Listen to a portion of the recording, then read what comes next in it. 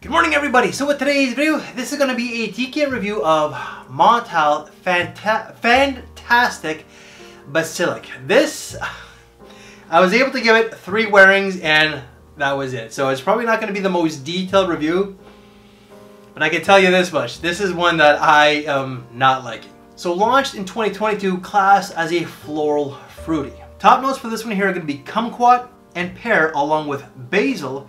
The mid is going to be Frangipani and Tuberose, and the base is going to be Benzoin and Tonka Bean. It's on test strip because this stuff is beast mode. Even scrubbing this off, it's still there. This is 10 hours plus. Okay, so this opens up with a lot of basil.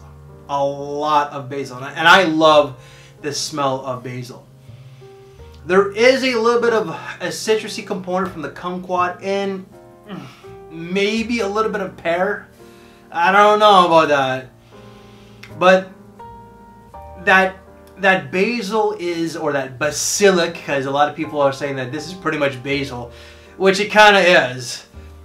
The basil, the basilic is the main player. But the frangipani, the tuberose, or whatever kind of floral is there comes in. The base is ambery, basilic, and floral. I don't get the tonka bean. I don't. Super green, very aromatic. This is actually kind of energizing, I will state that. But very floral, and I feel like there's a little spice to it with some ambery tones towards the base. This is for particular tastes. For me, it kind of reminds me of an herbal garden within a flower garden. That sort of bit. But it kind of feels like it's a little bit, it's definitely a mature fragrance, but it kind of feels like it's a little feminine. The basil, I haven't really encountered that in a lot of female fragrances, and to be honest, I haven't really explored a lot of female fragrances, but even unisex fragrances, I haven't really come across basil as a note in unisex perfumery. Men's, without question.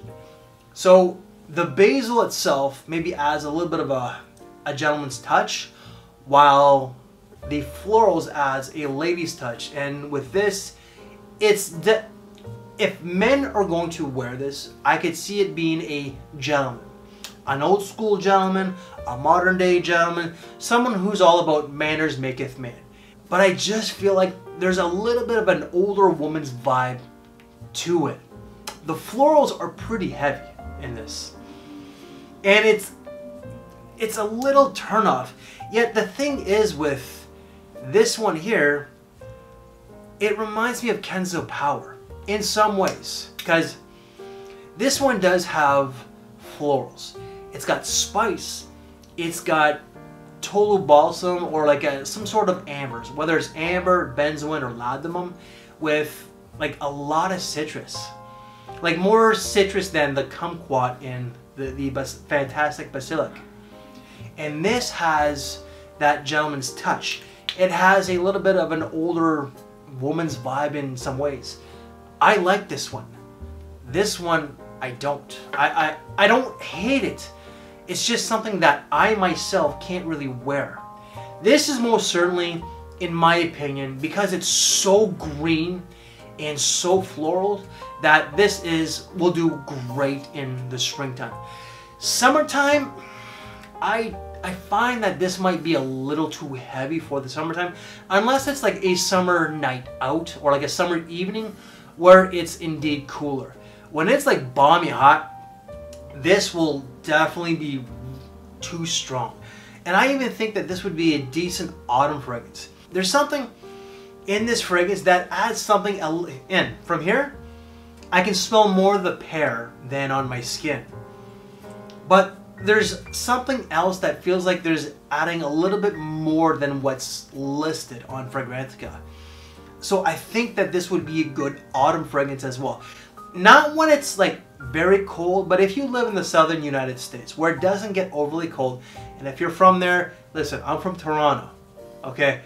Your cold is nothing like us at all. That's why I say like the southern United States.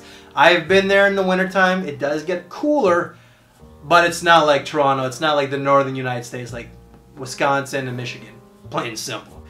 I find that if it's like a Canadian, if it's in Celsius, I think that this can even be like 12 degrees Celsius, which is like the 50s Fahrenheit for anybody from the States watching. Beast mode, like crazy beast mode. And when I wore this, and I could only do, again, 3 wearings on my forearm, this was projecting like crazy. So less is more. I would say that this is a good versatile fragrance because there's definitely the gentlemanly aspects to it. I think that this will be a solid office fragrance if the sprays are in moderation, maybe one to the chest, one to the back of the neck, and that is it. Or you can do it to the wrist and just do it like this. Because this will choke you out. This was choking me out when I was doing this. But I do think that it could be worn, like when it comes to a woman, I think that this would be a great daily fragrance, an everyday wear. There is something classy about it, making this a good lady and gentleman type of fragrance. And for what you're spending, this is really good bang for your buck. This is 110 Canadian fragrance net. You do the conversion, that's $80 USD for a 100 ml bottle. Great bang for your buck. Long lasting, a powerhouse. Like, I'm not into the whole like power bed beast mode compliments. I ain't. But for what you're spending, and I gotta admit, even though that this is one that I personally don't like, I don't really care for, there is definitely quality to it. You just have to have particular taste.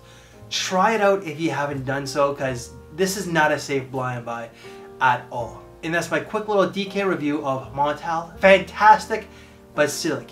Any other videos that I've done from this brand, they will all be down in the description box below. But because that this is an affordable niche fragrance, why don't you check out right here. And if you like this very video, please leave me one of these. I thank you for your time, take care, and I will see you later. Thanks for watching.